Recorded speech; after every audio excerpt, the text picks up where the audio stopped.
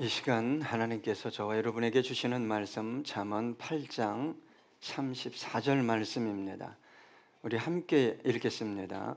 누구든지 내게 들으며 날마다 내 문 곁에서 기다리며 문설주 옆에서 기다리는 자는 복이 있나니.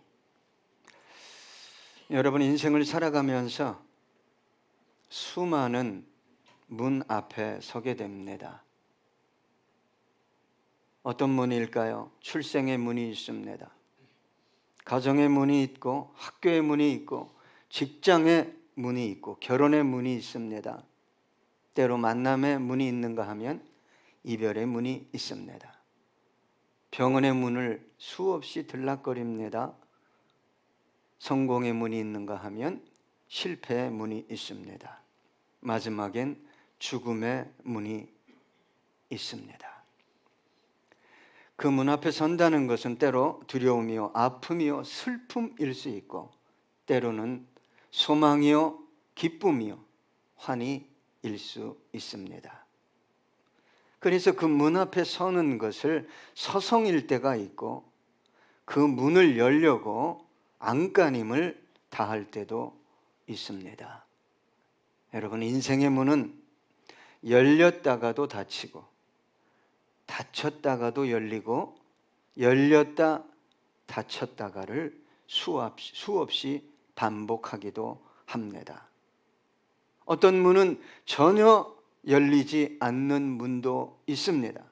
어떤 문은 내가 보기에 열린 문이라 들어갔는데 닫힌 문이 있습니다. 사방이 꽉 막힌 문이 있습니다. 그래서 여러분, 인생의 문은 저와 여러분을 지나치게 힘들게 합니다.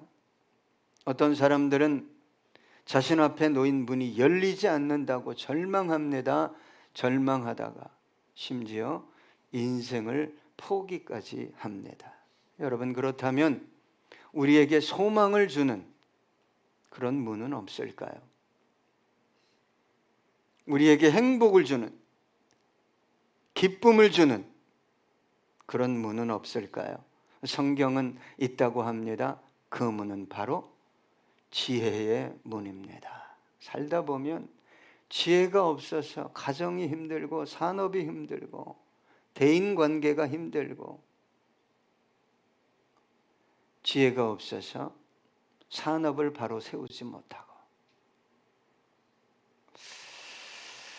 오늘 주님께서 저와 여러분에게 이렇게 말씀하십니다. 누구든지 내게 들으며. 여기서 내게라는 단어는 잠언 8장은 전체적으로 지혜를 인격화해서 말하고 있어요.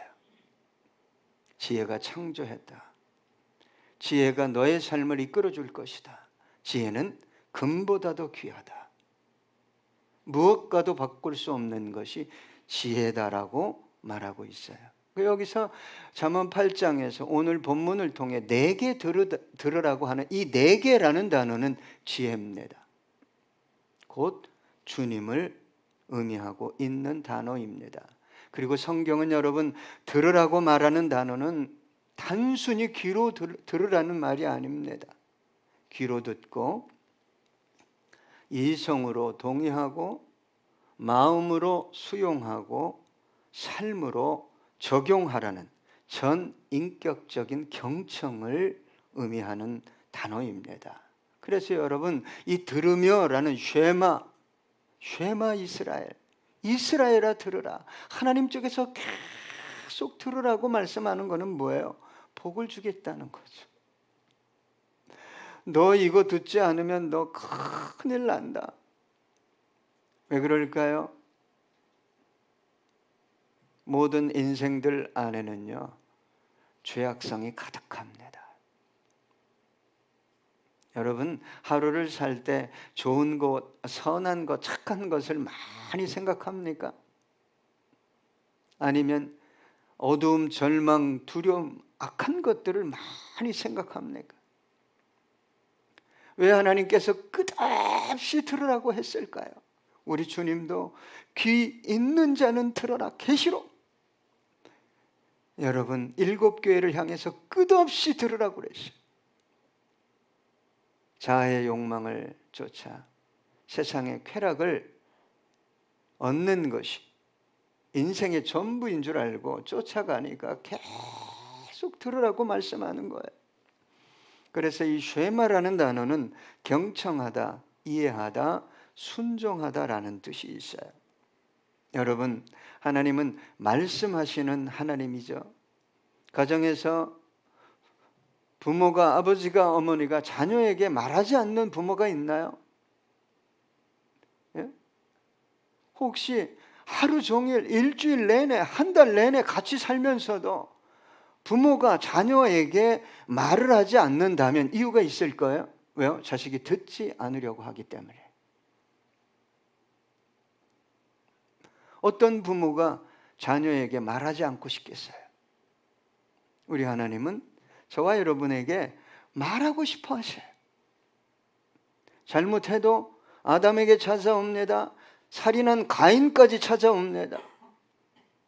아브라함을 찾아오고 모세를 찾아오고 야곱을 찾아오고 다윗을 찾아와서 하나님은 끝없이 말씀하시는 하나님이십니다. 하나님 자신이 말씀하실 때가 있고 대리인인 선지자를 통해서 말씀하실 때가 있었고 이 마지막 때에는 그의 아들 예수 그리스도를 통해 지금은 뭘 통해 말씀하십니까? 성령님을 통해 듣게 하셔 깨닫게 하십니다.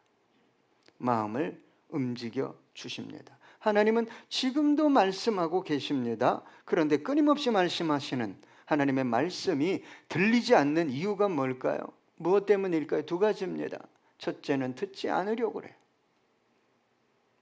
살려주는 말씀인데, 평안을 주는, 소망을 주는 말씀인데 들으려고 하지 않습니다. 두 번째는 뭘까요? 내가 원하는 것만 듣겠다는 거예요. 그러니 여러분, 하나님의 말씀이 막 소나기처럼 부어지고 폭포수처럼 그냥 우르릉 하면서 쏟아져도 저와 여러분의 귀에 들리지 않는 것입니다. 여러분, 하나님의 말씀은 다친 마음에 들려지는 메시지가 아닙니다. 여러분, 옛날에는 가정마다 뭐가 있었어요? 장독대가 있었어요. 이런 항아리, 큰 항아리가 있었어요. 거기에 뚜껑을 씌워놨어요. 왜요? 된장이 있고 간장이 있고 고추장이 있고 비가 아무리 쏟아져도 소나기가 와도 뚜껑을 덮어놓으면 비는 안 들어가죠. 여러분, 지금 이 시대라고, 이 시대가 너무 복잡하니까 말씀하지 않으실까요?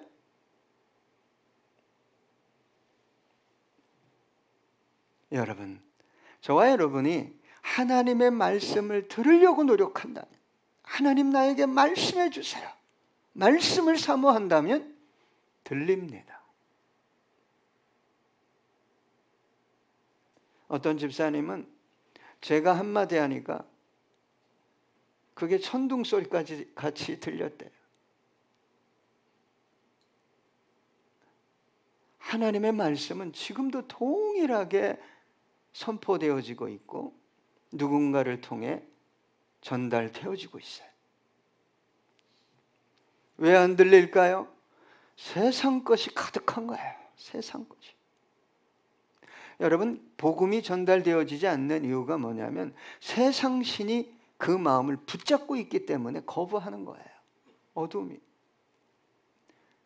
자아의 욕망을 따라 살겠다고 하니까 하나님이 그렇게 다정하게 때로는 폭풍처럼 메시지를 전달해도 들리지 않는 것입니다.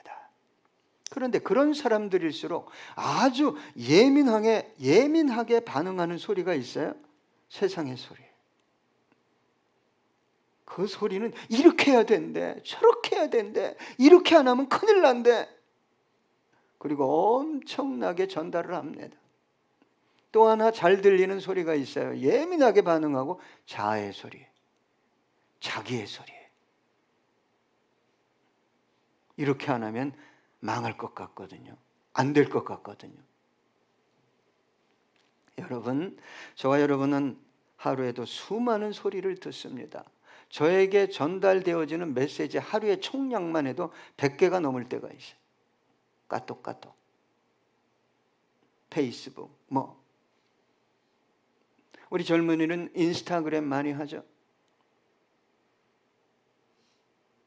여러분, 영국에서 학자들이 서치한 결과 요즘 젊은 이들을 망가뜨리는 1순위가 뭔지 아십니까? 인스타그램. 하지 말라는 거 아닙니다. 문화에 동참해야 되겠지만 그것이 나를 지배하게 만들면 안 되겠죠. 절제할 줄 알고 끊을 땐 끊을 줄 알아야 되겠죠.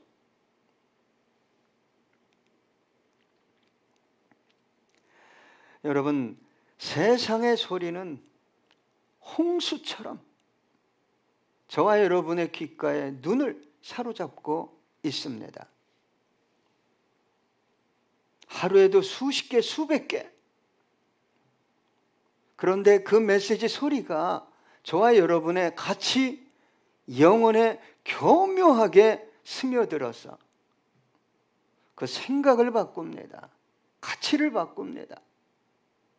어떻게 믿음대로 살아? 어떻게 말씀을 쫓아 살아? 어떤 분은 이렇게 얘기합니다. 저는 그런 소리 별로 집중하지 않습니다. 별로 의식하지 않습니다. 그래서 저에게 영향을 끼치지 않습니다. 이렇게 생각하는 것이 얼마나 위험한 생각인지 알아야 됩니다. 여러분, 동물이 소리에 음악에 반응할까요? 육지레까지 반응합니다. 그래서 진짜 고급의 육지를 만들어내는 가축 키우는 곳에서는요, 고급진 음악을 틀어줍니다.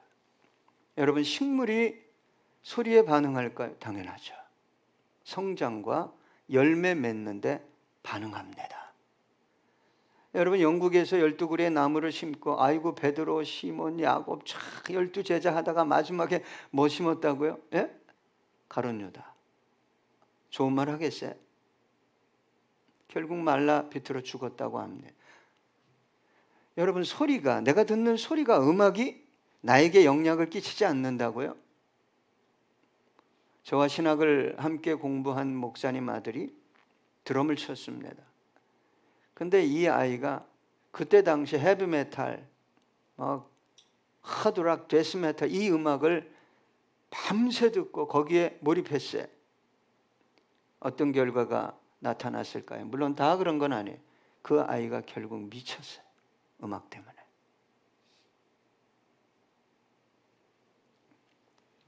여러분,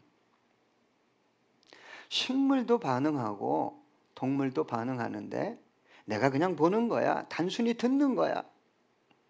저와 여러분의 영혼과 무의식 세계에 영향을 끼치지 않을까요? 로마서 10장 17절입니다. 그러므로 믿음은 들음에서 나며 들음은 그리스도의 말씀으로 말미암았느니라. 여러분, 믿음이라는 것은 들으면 나는 거예요. 예? 계속 그게 저와 여러분의 뇌리에서 움직이는 거예요. 여러분, 저와 여러분은 지나치게 많은 정보, 소리를 듣고 살아갑니다. 때로는 내가 선택하지 못하는 상황 속에서 일방적으로 듣기도 해요. 그런데 여러분, 저와 여러분이 하나님의 말씀, 지혜의 말씀에 노출되는 시간 횟수는 얼마나 될까요?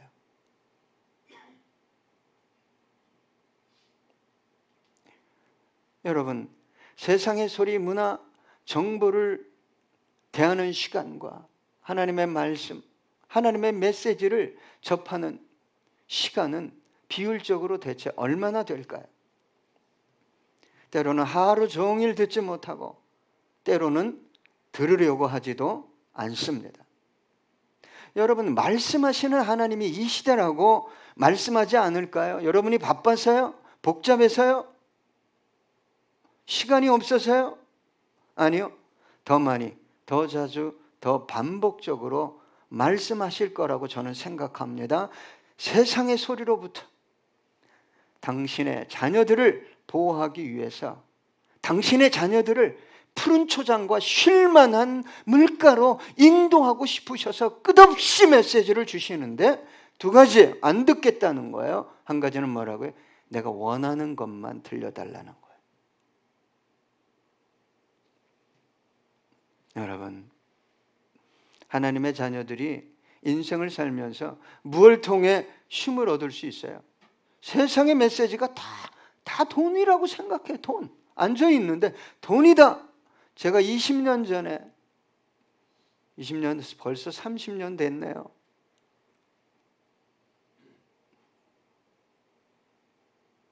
그렇게 뜨겁게 기도하는 무리들이 있었어요. 그래서 저는 감동을 받아서 하나님께 기도하는데 저들이 구하는 건 내가 아니다, 돈이다. 비참한 하나님의 메시지였죠. 하나님께 나와서 기도하면서도 자신이 뭘 구하는지를 몰라요. 그분 아닙니다. 그분의 메시지 영광 아니에요. 돈이라는 거예요.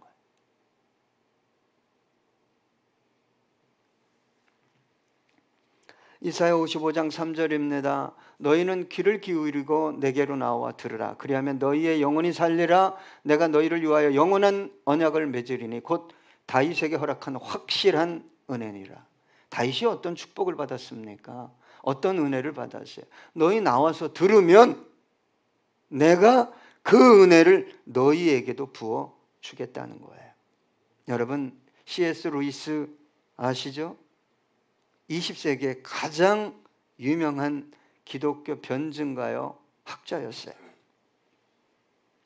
그는 옥스퍼드와 케임브리지 대학에서 강의했고 교수로 활동했습니다. 1898년에 태어나서 1963년에 사망을 합니다. 젊은 시절 청년이 돼서 그는 유년기의 신앙을 철저하게 저버리고 철저하게 무신론자가 됩니다. 왜 그랬을까요? 1차 대전을 통해 전쟁의 참상과 고통을 통해 하나님은 없다는 거예요. 신은 없다. 그런데 그의 내면에서는 어릴 적 가졌던 진리가 계속 꿈틀거리니까 싸우는 거예요. 씨름하는 거예요. 고통스러운 거예요. 그런데 그때 깊이 만났던 친구가 있었습니다. 반지의 제왕의 저자인 J.R.R. 돌킨이었어요. 계속 루이스와 대화를 합니다. 그리고 권면합니다. 그래서 성경과 고전 문학을 C.S. 루이스가 탐구하다가 어느 날 지혜인 그분을 만나게 됩니다. 루이스는 한 에세이에서 이렇게 고백했습니다. 나는 밤 늦게까지 내 방 안을 계속해서 걸어 다녔다. 결국 무릎을 꿇을 수밖에 없었다. 나는 하나님 앞에 가장 마지못한 죄인으로 항복하게 되었다. 끝까지 무신론으로 신은 없다. 그러던 그가 연구하고 묵상해 보니까 어쩔 수 없이 나는 굴복할 수밖에 없었다라고 고백했어요. 그 회심 이후 많은 책을 써서 수많은 지식인, 신앙인, 불신앙자까지 일깨웠습니다. 순전한 기독교, 스크루테이프의 편지, 고통의 문제 등 지금도 이분의 책이 얼마나 많이 읽히고 있는지 모릅니다. 오늘 본문은 이렇게 얘기하고 있습니다. 날마다 내 문 곁에서 기다리며. 여러분, 날마다라는 단어에 집중해야 됩니다. 어떤 권사님, 어떤 장로님, 나도 옛날에는 그랬어. 여러분, 어제 밥 먹었다고 오늘 밥 안 먹습니까? 예? 더더군다나 영적 식사를 5년, 10년 전에 해놓고 그걸 우려먹고 있어요. 우려먹을 게 따로 있지. 우리 몇 주 전에 영광교회에서 왔잖아요. 한 장로님이 어느 집사님을 가리키면서 저분 안수 집사님인데 내가 청년 때 교사해서 학생인데 키워서 지금 우리 교회 안수 집사가 됐다고 자랑하더라고요. 그 장로님이 꽤 유명해요. 근데 청년 때 교회에 엄청 봉사를 했다는 거예요. 그 뒤돌아보니까 자기가 왜 그렇게 잘 됐는가 생각해 보니까 청년 때 젊었을 때 그렇게 목사님이 시키고 교회에서 원하는 일들을 한 것을 주님께서 보상해 주셨다라고 자기는 생각한다고 간증하더라고요. 우겸이가 저기 앉아가지고 졸지 않고 왔다 갔다 하면서 혼자 3인 역할을 하는 것 하나님 다 보고 계셔요. 예. 갚아주셔요. 여러분, 지혜의 말씀이라는 것은 내가 예수를 안다, 하나님을 안다는 것은 한순간에 되는 게 아니에요. 예? 지속적으로 반복해야 됩니다. 감정적인 열심, 어떤 열망 가지고 막 몇 년 안에 뭐 기적적으로 어떻게 뭐가 막 이루어지고, 저도 처음엔 그런 하나님, 그런 예수님 만나고 싶어서 얼마나 노력했는지 몰라요. 금식하고 동에서도 번쩍 서에서도 번쩍하는 예수님 만나고 싶어서. 여러분, 그래서 열정 있는 사람들이 빠지는 게 뭐예요? 사이비 이단이죠. 거기 가면 하나님을 아주 신속하게 또 아주 정확하게 만날 수 있대요. 여러분, 하나님을 알아간다는 거요, 시간과 세월이 아닙니다. 인생이 걸리고 죽음 이후에도 다 알 수 없는 게 하나님이에요. 그래서 여러분, 성공과 실패를 통해, 나의 수많은 모순을 통해 허물과 죄 속에서 깨달아가는 게 뭐예요? 하나님의 지혜예요. 그래서 여러분, 지속적이고 규칙적인 신앙생활을 하셔야 돼요. 기도 생활도 그렇고 예배 생활도 그렇고 가정에서도 그렇고. 여러분, 가정에서의 대화가 어떻게 하면 성공할 것이냐, 돈이 될 것이냐,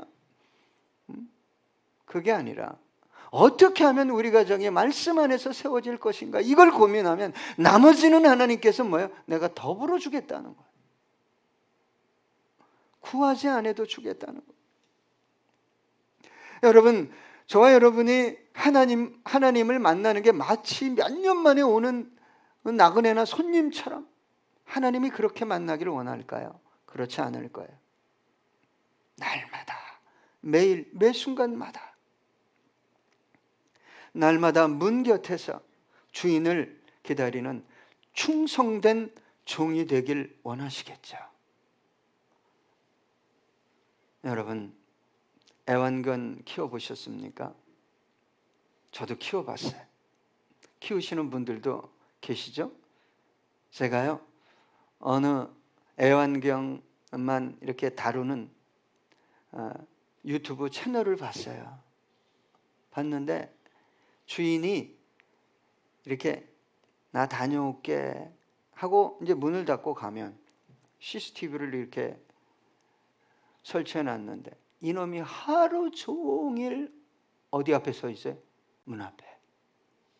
하루 종일 문 앞에. 뭐 하면서? 끙끙거리면서.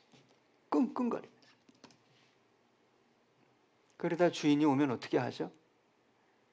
난리 납니다. 난리가 나.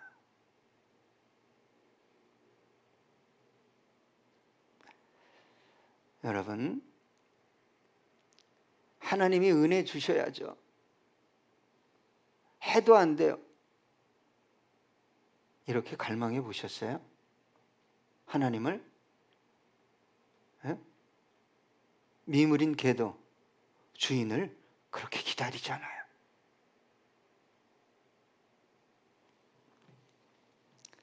출애굽기 33장 11절 보니까 사람이 자기의 친구와 이야기함 같이 여호와께서는 모세와 대면하여 말씀하시며 모세는 진으로 돌아오나 눈의 아들 젊은 수종자 여호수아는 해막을 떠나지 아니하니라. 이 쓰임 받는 지름길이에요. 교회에 투자하는 와서 내 시간 들이고 뭘 들이면 무지하게 아까워해요. 특히 누가? 젊은이들이. 하나님이 어떤 사람 쓸까? 사무엘상 3장 3절입니다. 하나님의 등불은 아직 꺼지지 아니하였으며 사무엘은 하나님의 궤에 있는 여호와의 전 안에 누웠더니, 아예 전 안에서 누워서 살았어요. 누가? 사무엘.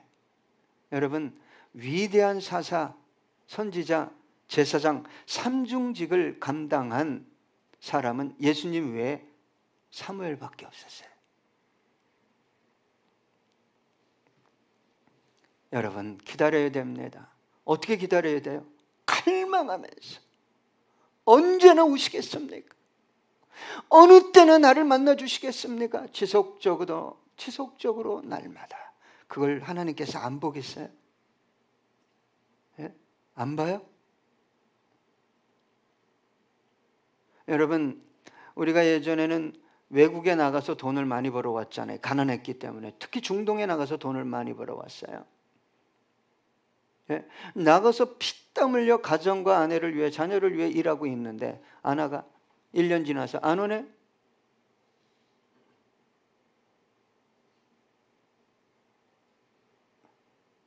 어떤 마음일까요? 예? 남편이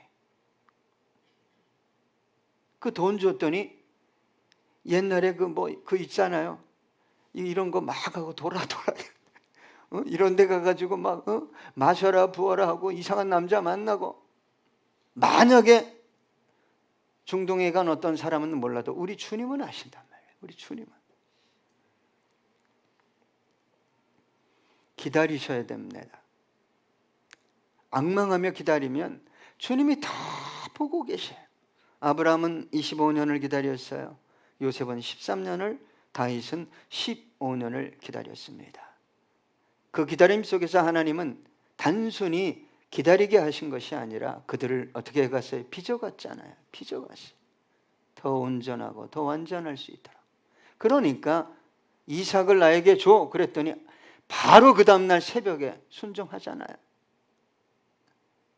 예? 기다림이 뭔지, 앙망이 뭔지, 하나님께 받아야 할 게 뭔지 모르니까 어떤 권면도 귀에 안 들리는 거야. 귀에 안 들리는 거야. 저와 여러분이 예수 믿고 영원한 생명을 얻게 된 건 누구 때문에? 아브라함 덕이에요. 믿음의 조상이잖아요.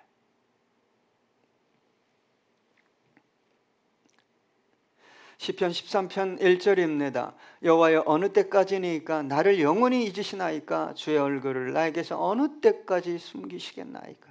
이 과정을 통과하지 않으면 안 돼요. 마치 하나님이 없는 것 같아요. 나를 외면한 것 같아요. 나에게 관심이 없는 것 같아요. 그래도 십자가를 생각하면 나와 기도할 수 있어요. 나 같은 것 위에 생명을 주셨는데 내가 이 고통, 이 외로움, 이 절망을 이겨내지 못한다면 내가 주님 앞에 어떻게 설 수 있는가? 그러다 보면 내가 성숙하고 하나님의 놀라운 영광을 이 땅에서도 경험하게 되는 것입니다. 야고보서 1장 4절에 보니까 인내를 온전히 이루라. 이는 너희로 온전하고 구비하여 조금도 부족함이 없게 하려 함이라. 조금도 부족함이 없어야 돼요. 돈이 있어서, 건강해서, 신분이 높아서 망가지는 인생 과정이 얼마나 많은지 몰라요. 그러나 하나님은 그거 아셔요. 그래서 우리를 빚어가는 거예요. 세월이 필요합니다. 많은 시간이 필요해요. 학문의 한계 속에서 절망하는 한 청년이 있었어요. 서울대학교를 졸업했습니다. 수학과를 졸업했어요. 미국 프린스턴 대학교에 박사과정을 밟고 있었는데 3년 동안 논문에 대해서 어떤 친척도 없게 됩니다. 주위 사람들은 논문이 진척이 없으니까 불안해합니다. 그를 잊어가고 있어요. 그래서 이 청년은 깊은 열등감과 우울감에 빠지게 됩니다. 하루에 3시간도 못 잤어요. 3시간도. 그런데 책상에 앉아있는 시간보다 병원에 가서 대기줄에 서 있는 시간이 더 많았어요. 왜요? 이 영혼 마음 중심에 있는 절망감, 상실감으로 심한 우울이 왔기 때문에.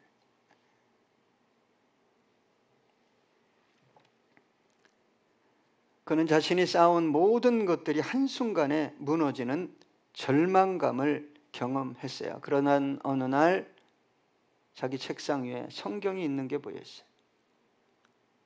성경을 열어서 잠언을 읽기 시작했습니다. 그 말씀들이 마치 그의 지친 영혼을 어루만지고 속삭이는 것 같았어요. 그는 시편 119편을 매일 읽으면서 기도하기 시작했습니다. 그리고 이 말씀을 묵상하며 기도했어요. 주의 말씀은 내 발의 등이요 내 길의 빛이니이다. 그는 매일 무릎 꿇고 기도하고 기도한 후에 논문에 대하여 작업하기 시작했어요. 시간이 흐를수록 상실감도 더해갔지만 끝까지 포기하지 않고 기도하면서 논문을 붙잡았습니다. 어느 날 깊은 묵상 중에 하나님께서 그의 지성에 지각의 깨달음을 줬어요. 단순한 수학적 아이디어였지만 그 단서 하나가 새로운 해법으로 이어졌고 3년간 맡겼던 연구가 번물 터지기 시작했어요. 그 결과 세계적인 수학 저널에 그의 논문이 실리게 되고 수학계의 주목을 받게 되었습니다. 그는 이렇게 고백했습니다. 가장 절망적인 시간에 나는 지혜의 문 앞에 서 있었고 날마다 그 문 앞에서 기다렸다. 내가 얻은 가장 큰 수학은 논문이 아니라 하나님과의 깊은 동행이었다. 김정은 박사 이야기입니다. 여호수아 1장 9절입니다. 내가 내게 명령한 것이 아니냐? 강하고 담대하라. 두려워하지 말며 놀라지 말라. 네가 어디로 가든지 내 하나님 여호와가 너와 함께 하느니라 하시니라. 여러분, 하나님이 여러분의 중심에 함께하고 계십니까? 그게 중요한 거예요. 고난이 중요한 게 아니에요. 문제가 아니에요. 여러분의 입술과 함께하고 있습니까? 여러분의 감정과 함께하고 있습니까? 여러분의 산업을 이끌어가는 그 방식, 가치와 함께하고 있습니까? 오늘 본문은 또 이렇게 권면합니다. 문설주 곁에서 옆에서 기다리는 자는 복이 있나니. 여러분, 이스라엘 백성들에게 문설주는 무엇을 생각나게 하는 거죠? 6월절이에요. 문설주와 기둥과 임방에 발랐어요. 임방에. 문설주는 구원을 의미해요. 보호를 의미하고 하나님의 임재를 의미합니다. 문 앞에보다 더 간절한 게 뭐예요? 문설주예요. 주인이 살짝 열기만 해도 소리가 나요. 여러분, 그런 간절한 마음이 있다면 하나님은 그 영혼 그냥 스쳐 지나가지 않습니다. 그 눈물과 아픔, 그냥 보기만 하시는 분이 아닙니다. 여기서 기다리다라는 단어는 쏴마른데 지키다, 주의를 기울이다라는 뜻이 있습니다. 여러분, 그러면 지금은 그 문설주가 뭘까요? 예? 예배의 자리입니다. 기도의 자리예요. 교회를 향하는 마음일 것입니다. 그 문설주 곁에서 주님 언제입니까? 언제 오십니까? 내 영혼과 내 산업에 언제 개입하실 것입니까? 그런 영혼에게 복 주시겠다고 주님은 오늘 저와 여러분에게 약속하십니다. 잠언 8장 17절로 19절입니다. 나를 사랑하는 자들이 나의 사랑을 입으며 나를 간절히 찾는 자가 나를 만날 것이니라. 부귀가 내게 있고 장구한 재물과 공의도 그러하니라. 잠언 8장은 지혜의 장이에요. 그 지혜는 예수 그리스도를 의미한다고 말해도 무방합니다. 여러분, 얼마나 그 문과 문설주 곁에서 정말 간절한 마음으로 기다려 보셨습니까? 끝으로 시편 40편 1, 2절입니다. 내가 여호와를 기다리고 기다렸더니 귀를 기울이사 나의 부르짖음을 들으셨도다. 나를 기가 막힐 웅덩이와 수렁에서 끌어올리시고 내 발을 반석 위에 두사 내 걸음을 견고하게 하셨도다. 여러분, 이 하나님, 이 지혜, 이 주님을 만난 영혼들은요, 흔들리지 않습니다. 흔들리지 않아요. 함부로 부정적이고 파괴적인, 심지어 기도한다고 되냐? 이런 소리 절대 하지 않습니다. 그 지혜의 곁에서 기다려서 복을 받아 누리는 저와 여러분 되기 원합니다. 끝으로 이 찬양하겠습니다.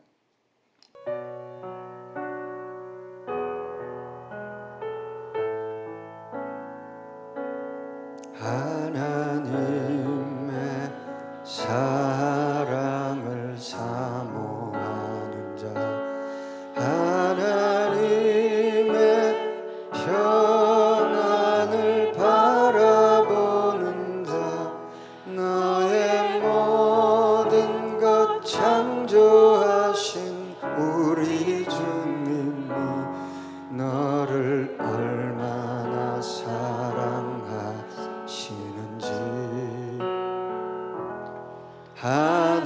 하나님께 찬양과 경배하는 자, 하나님의 선하심을 닮아가는 자, 너의 모든 것 창조하신 우리 주님이 너를 자녀 삼으셨네.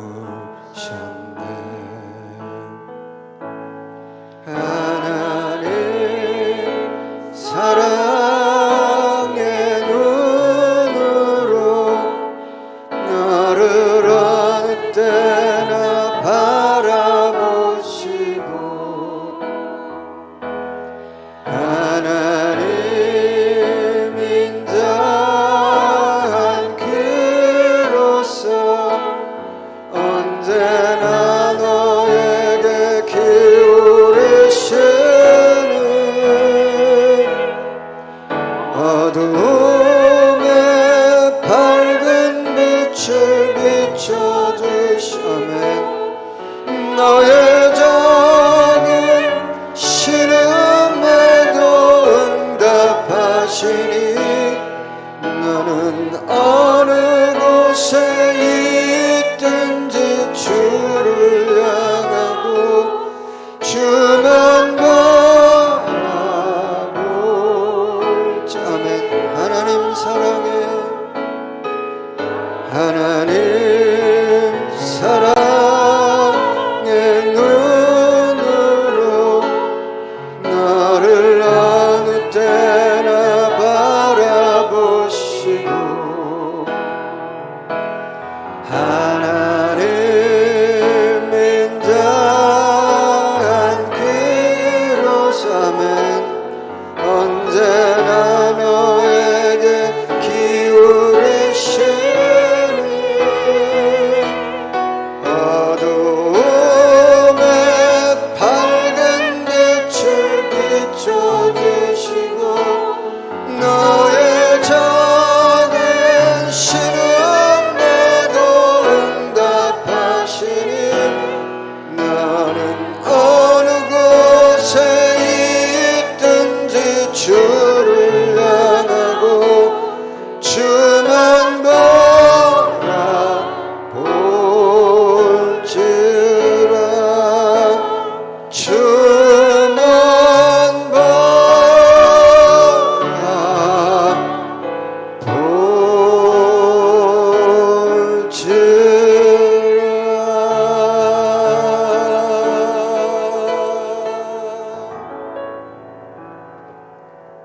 기도하시겠습니다. 하나님 아버지, 우리는 삶의 수많은 문 앞에서 흔들리고 넘어지고 절망했습니다.